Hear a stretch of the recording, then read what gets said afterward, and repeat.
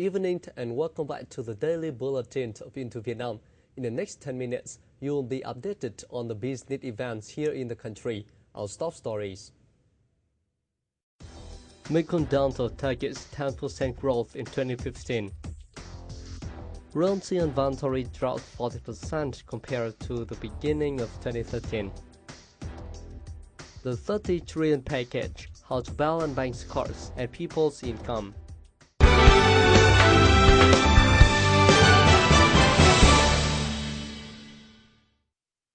Vietnam spent 693 trillion Vietnam dong, equivalent to 33.13 billion US dollar, on cleaning foreign debts in 2013.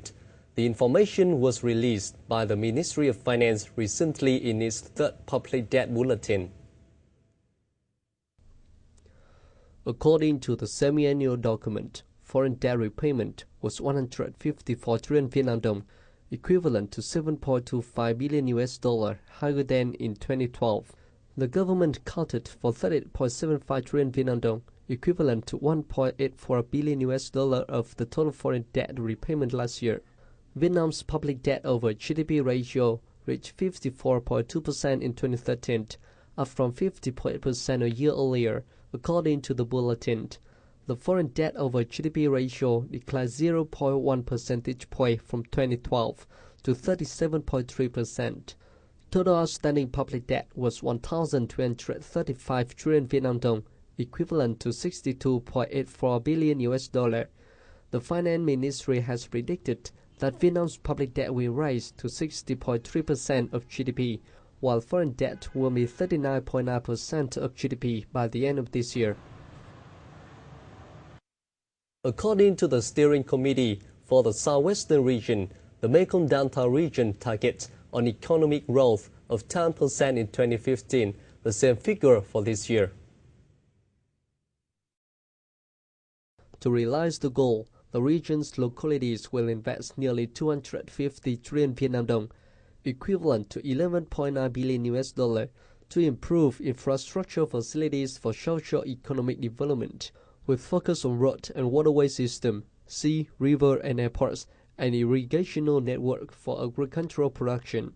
The region will speed up the implementation of key projects and seek to help local businesses enhance their competitiveness, expand markets and improve products quality. Besides, the Mekong Delta will boost vocational training along with the upgrade of existing universities, establishing new colleges to provide vocational training, while generating jobs for 400,000 workers. And now let's move on the program with some foreign trade news. The Ministry of Industry and Trade has estimated that Vietnam could enjoy a trade surplus of 1.5 billion US dollars this year based on imports and exports in the January-November period. The ministry has forecast Vietnam would post export revenue of 150 billion US dollars and spend 148.5 billion US dollars on imports this year.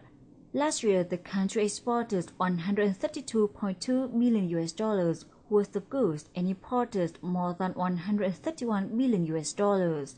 The ministry's latest data showed Vietnam earned outbound sales of 137 billion US dollars in the first 11 months, rising 13.7% or 16.5 billion US dollars higher than the same period last year. Of the total, domestic enterprises accounted for 44.8 billion US dollars, up 13% year-on-year, while foreign invested firms made up 85.4 billion US dollars, excluding crude oil, increasing 15.1% over a year ago.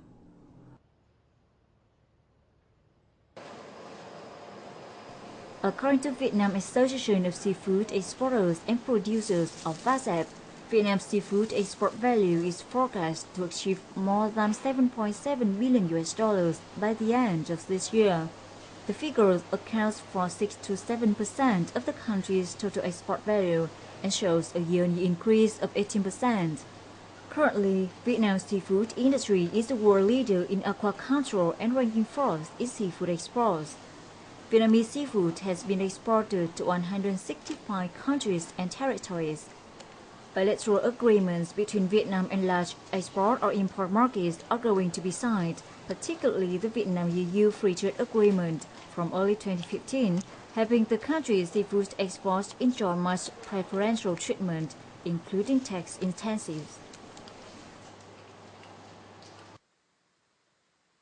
According to the Vietnam Textile and Apparel Association of VITV, Vietnam's garment and textile export turnover is likely to reach $24.5 million this year, a 90% rise against 2013 and the largest increase in the past 3 years. With this result, the garment and textile sector will bring in a trade surplus of $12 billion this year. Meanwhile, statistics from the Ministry of Industry and Trade showed that the sector earned $19.18 billion from exports in the 11-month period, increasing 18% against the corresponding periods last year. The association also mentioned a shift in orders from other countries to Vietnam, thanks to bilateral and multilateral free trade agreements the country has signed and will sign with its partners.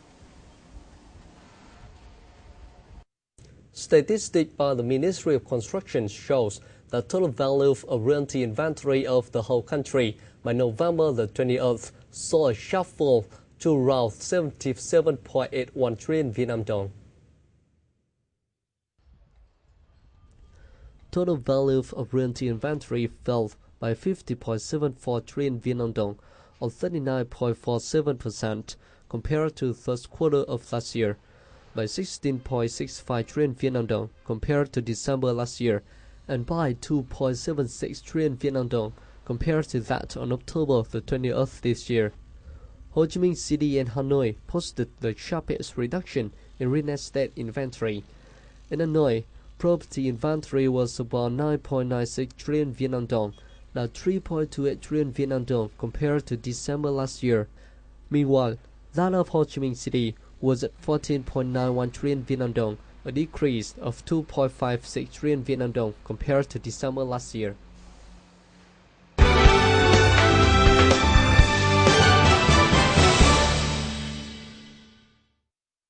%12% is the disbursement ratio of the 30 trillion credit package after 1 year, much lower than market's expectation. One of the reasons making the low disbursement of the package is the borrowing costs.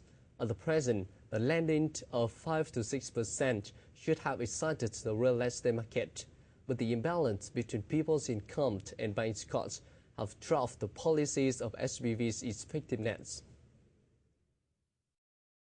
After a long time intending to buy a house, Ms. Minh Hằng hadn't yet dared to land to do so.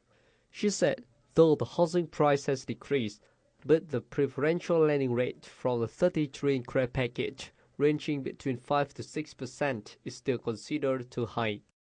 Theo tôi thì giá nhà hiện nay mặt bằng chung là đã giảm xuống rất là thấp rồi và rất nhiều người có khả năng là sẽ được tiếp cận sở hữu một căn nhà. Nhưng mà so với cái mức thu nhập như hiện nay và mức sinh hoạt sống tối thiểu mình cần phải chi ra thì cái khả năng mình tiết kiệm để mua nhà cũng rất là khó. Statistics from realty businesses show the maximum profitable value of one apartment is about 3 to 4% per year. Therefore, the 5 to 6% lending rate isn't bearable for any people. So not only Ms. Hằng, but surely many other people don't think of lending from banks when it comes to purchasing houses. Thì rõ ràng là ở một cái mức lãi suất mà tương đối như hiện nay còn 5% một năm, thì rõ ràng là chỉ nguyên cái tiền trả hàng tháng ấy, nó có thể nó vượt quá cái khả năng mà tích lũy của một cái hộ gia đình. Currently, the lending rate ceiling of the preferential credit package regulated in the second draft of Resolution number 2 is 6%, meaning that bank can arbitrarily decide the lending rate but not exceeding 6%. However, a fixed lending rate suiting with people's income is what the market expects. Ở các nước châu Âu hiện nay, khi mà khủng hoảng kinh tế, ví dụ như ở Hy Lạp, ở Đức, người ta có những cái ngân hàng người ta huy động euro với lãi suất 0%. Đấy, và họ cho vay với lãi suất của 1%, 1,5%. Trong khi là thuê nhà họ cho thuê được tới 7%. Đấy, thì người dân nó đổ tiền nó mua nhà ngay. Commercial banks' deposit rate turns to be the target switch for real estate lending. Government support only accounts for a small proportion of spurring the real estate market. Perhaps how banks should revamp their lending rate to deal with the people's income remains indefinitive in the near future.